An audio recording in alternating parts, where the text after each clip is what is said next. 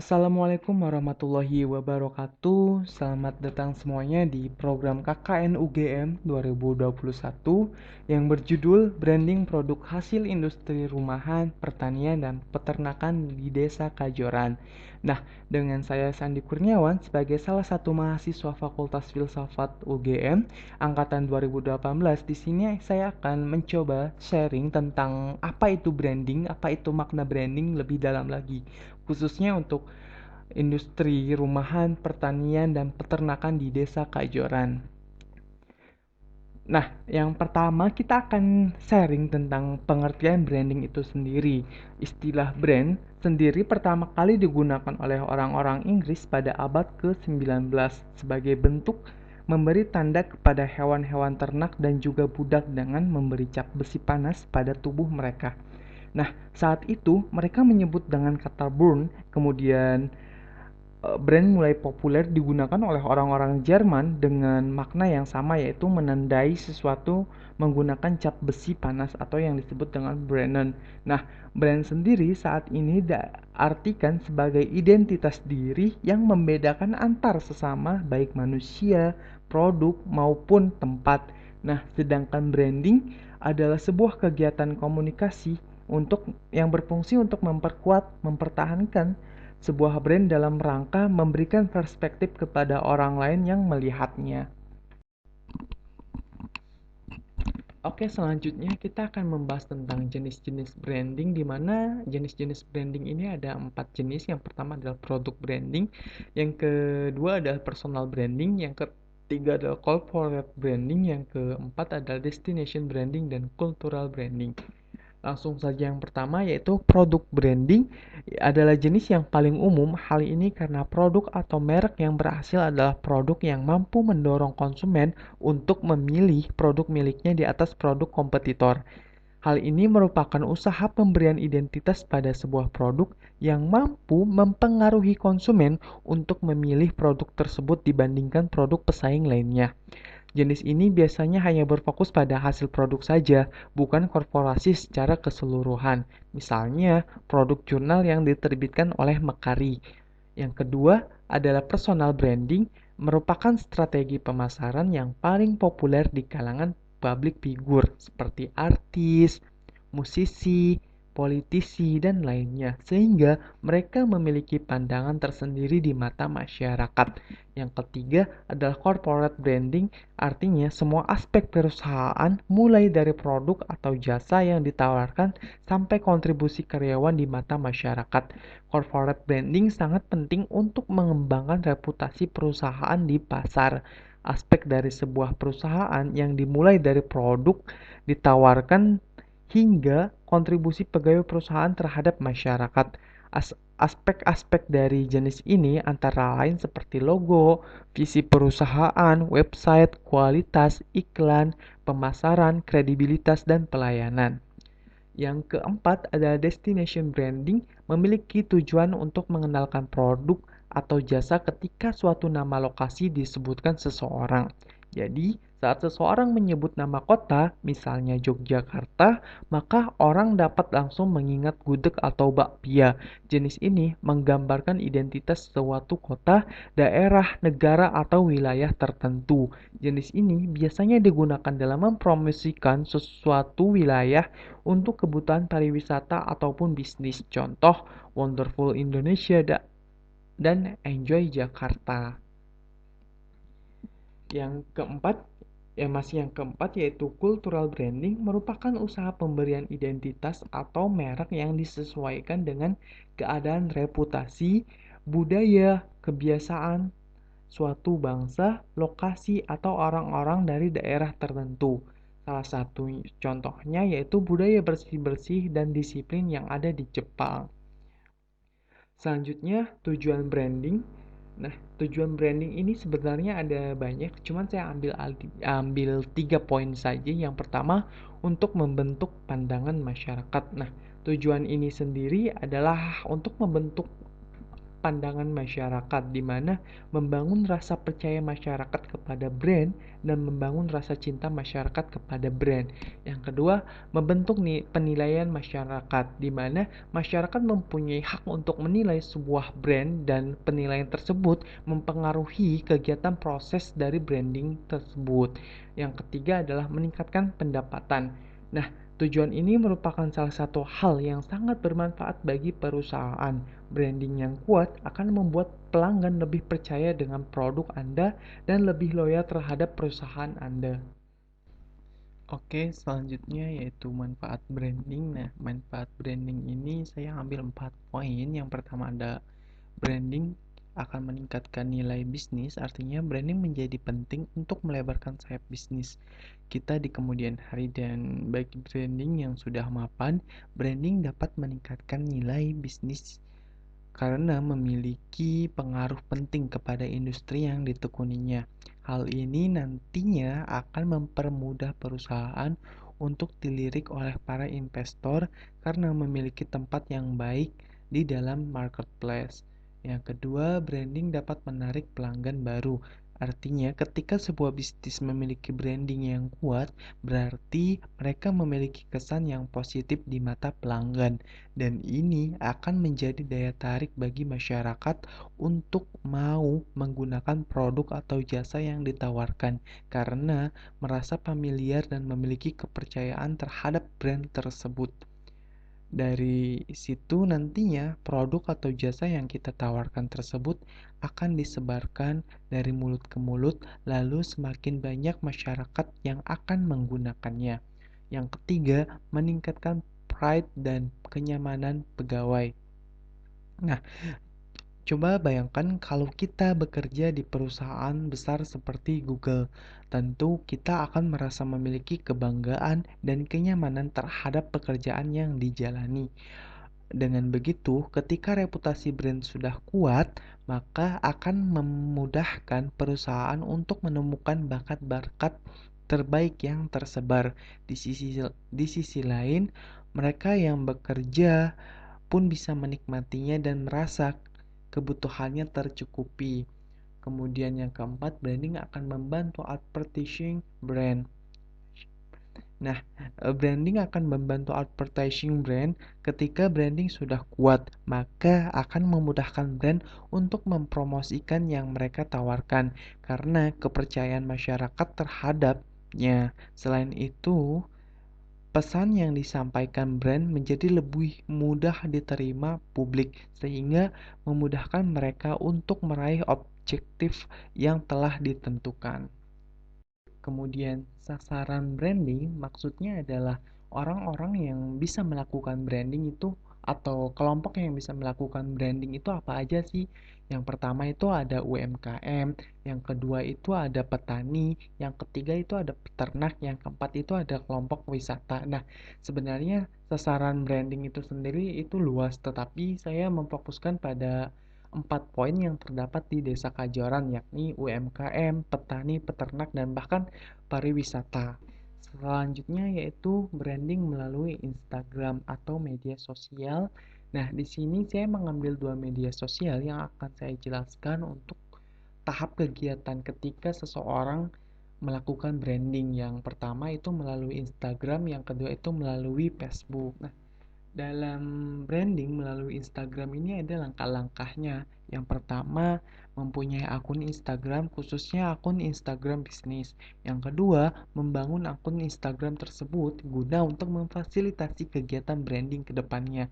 Yang ketiga, memanfaatkan relasi dan komunikasi dengan konsumen. Yang keempat adalah manfaatkan fitur-fitur yang terdapat dalam Instagram. Oke, yang pertama adalah mempunyai akun Instagram, khususnya akun Instagram bisnis. Nah, semua orang bahkan bisa akses atau membuat akun Instagram dengan mudah. Nah, dan gratis tentunya. Tapi sebagai modal awal melakukan branding di dalam Instagram, maka seseorang harus memiliki akun Instagram tersebut. Nah, Ketika sudah memiliki akun Instagram, maka proses atau kegiatan branding bisa dilaksanakan, dan untuk meningkatkan ke level yang lebih tinggi lagi, maka seseorang tersebut itu bisa meningkatkan akun Instagramnya tersebut menjadi akun Instagram bisnis supaya cakupan dan jangkauannya itu lebih luas daripada akun Instagram biasanya. Nah, yang selanjutnya adalah membangun profil dari akun Instagram Anda. Nah, hal ini tuh merupakan kerangka acuan yang akan digunakan dalam setiap proses aktivitas dan menyangkut beberapa pertanyaan. Yang pertama tentang bagaimana Anda akan membangun profil Instagram agar dapat menarik perhatian. Yang kedua, bahasa apa yang akan Anda gunakan. Dan yang ketiga, bagaimana Anda memanggil audiens Anda. Nah, salah satu cara terpenting dalam membangun profil dari akun Instagram adalah dengan memanfaatkan postingan Instagram.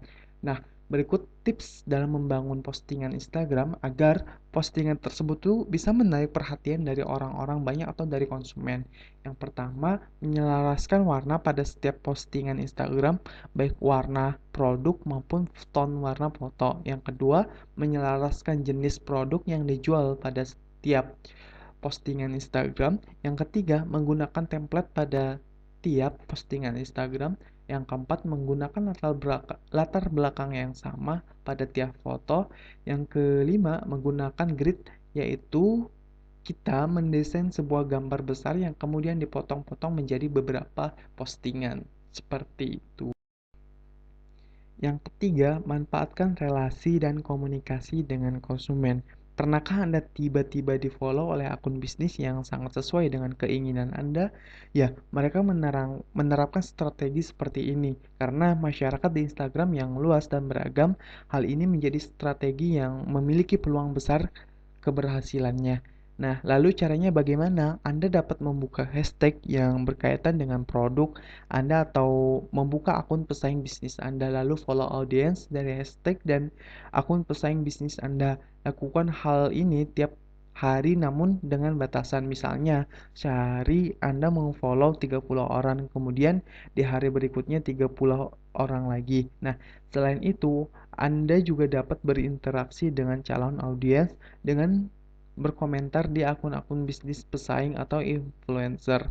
Hal ini sah-sah saja dilakukan karena tidak melanggar hukum privasi.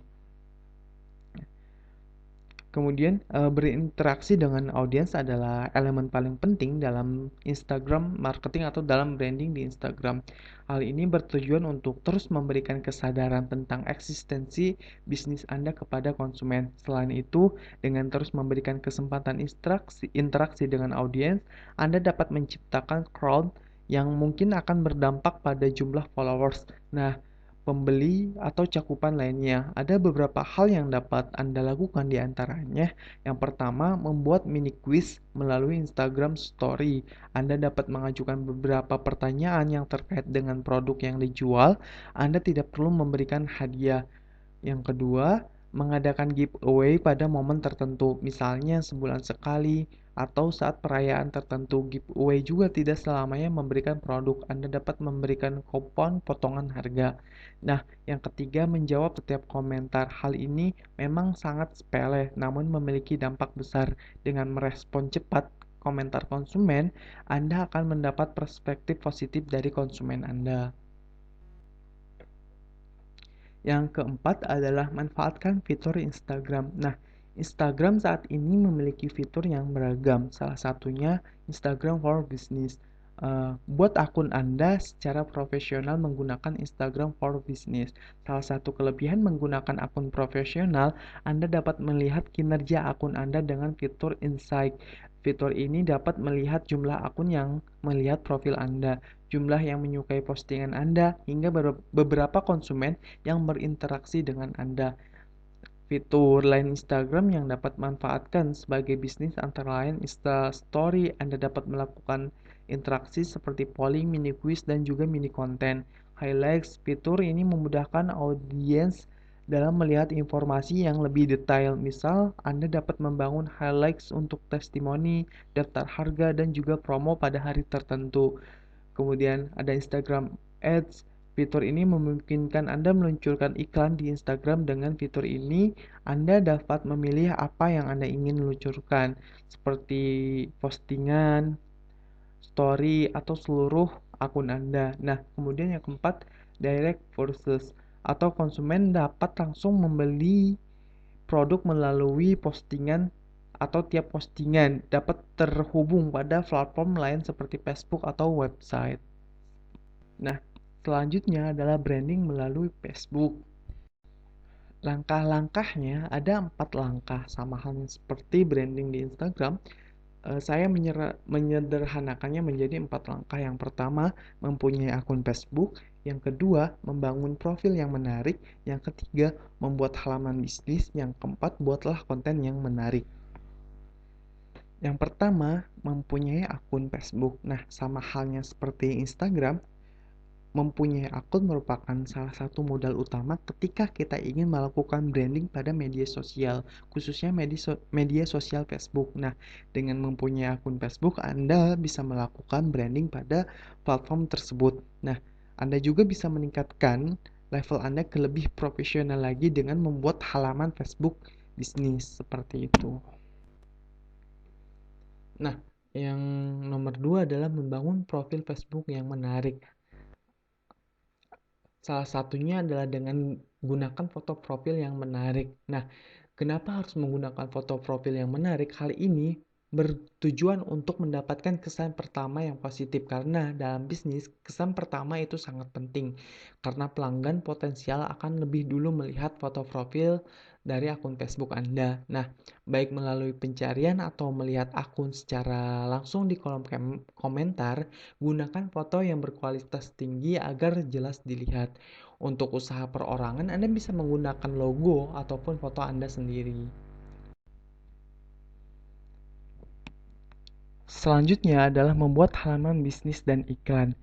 Baik pada platform Instagram maupun Facebook, keduanya memiliki fasilitas yang sama, yaitu fasilitas iklan dan halaman bisnis. Nah, kenapa halaman bisnis dan iklan ini harus dibuat? Karena ini merupakan salah satu langkah yang memudahkan terjadinya proses branding untuk produk Anda. Artinya ketika Anda melakukan atau membuat halaman bisnis dan iklan, maka produk yang Anda tawarkan ini akan semakin dikenal oleh konsumen luas dan cakupan atau jangkauannya juga akan semakin banyak.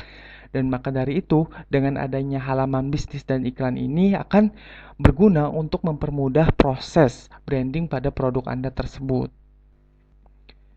Nah, selain membangun profil yang menarik, Anda juga bisa membuat konten yang menarik pada akun Facebook Anda.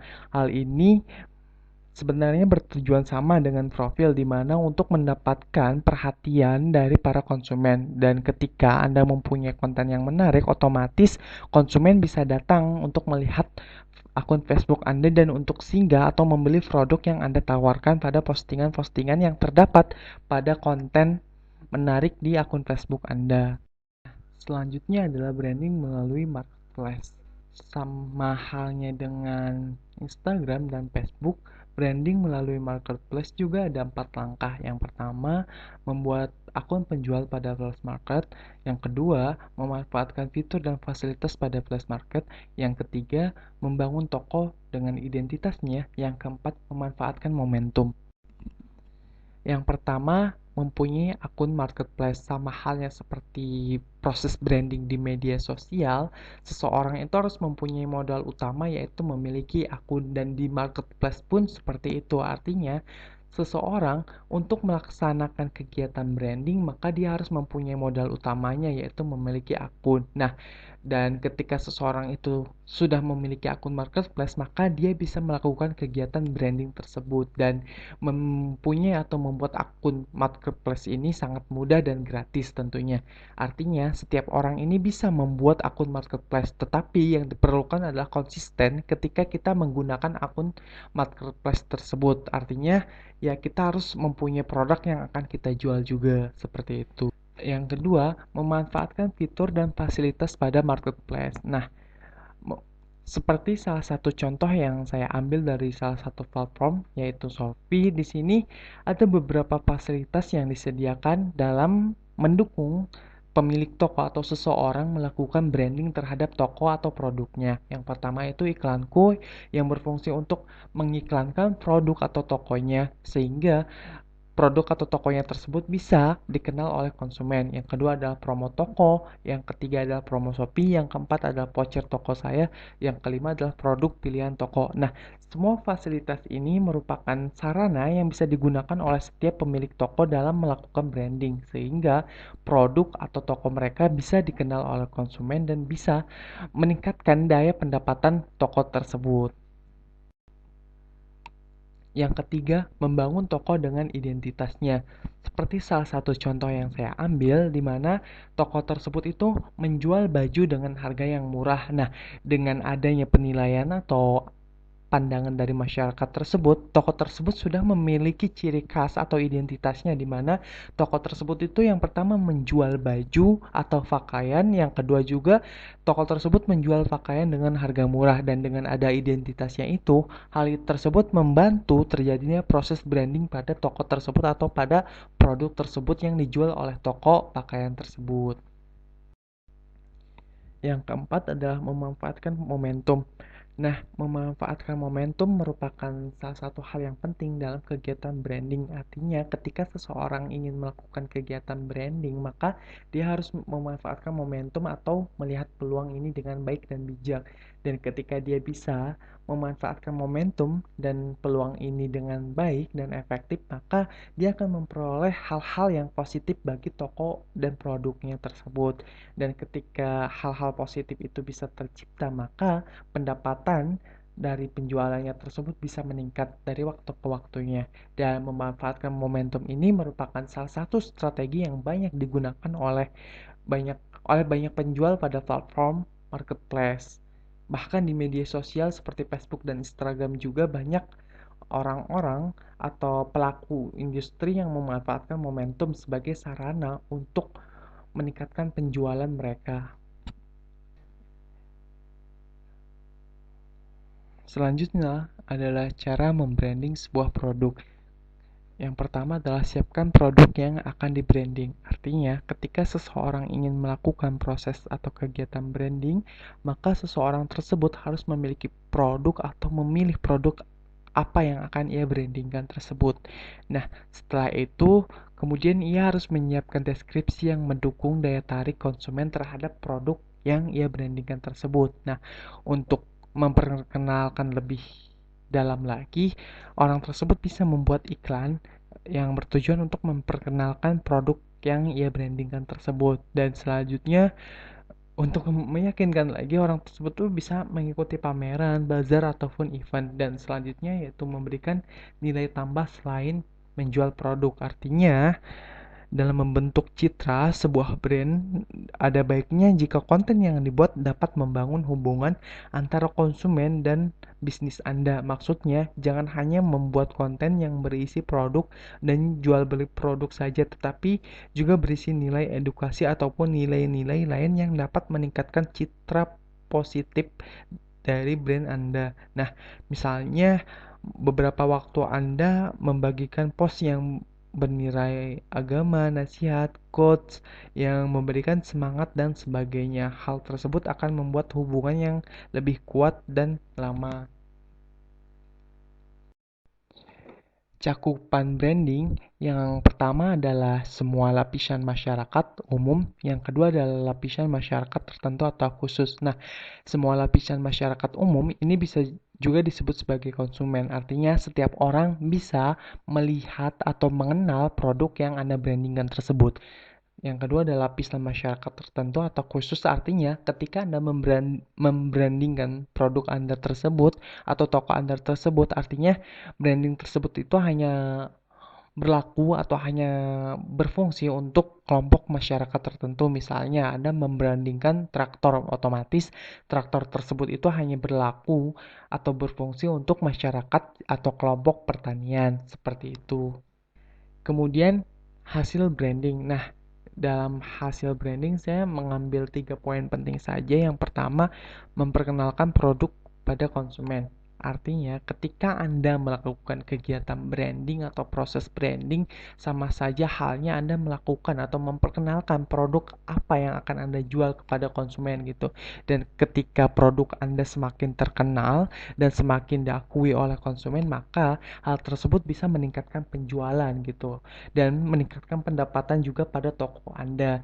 Dan ketika toko Anda sudah meningkat penjualannya atau pendapatannya, maka Anda juga bisa melakukan perluasan pasar atau jangkauan pasar gitu. Artinya semakin luas pasar yang dicakup atau digapai oleh toko Anda, maka akan semakin tinggi juga pendapatan yang akan Anda peroleh pada toko tersebut. Tuh.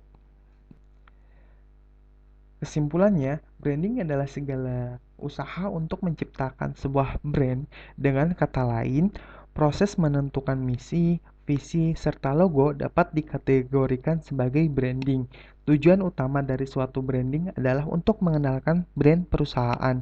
Selain itu, branding juga bertujuan untuk membangun citra positif dan reputasi perusahaan agar selalu bagus di mata konsumen. Pencitraan yang dilakukan perusahaan ini dapat membangun kepercayaan konsumen terhadap perusahaan. Pengertian semudahnya, apa itu branding bisa dilihat dari suatu nama, logo, dan slogan suatu perusahaan yang melekat di benak konsumen. Bisa dikatakan bahwa branding cenderung untuk selalu menarik konsumen agar kembali lagi ke suatu produk yang dipasarkan. Perusahaan umumnya branding dilakukan oleh perusahaan baru yang namanya belum terlalu dikenal oleh masyarakat. Sekian sharing dari saya tentang proses branding. Kurang lebihnya saya mohon maaf. Saya akhiri. Wabillahi taufiq wal hidayah. Wassalamualaikum warahmatullahi wabarakatuh.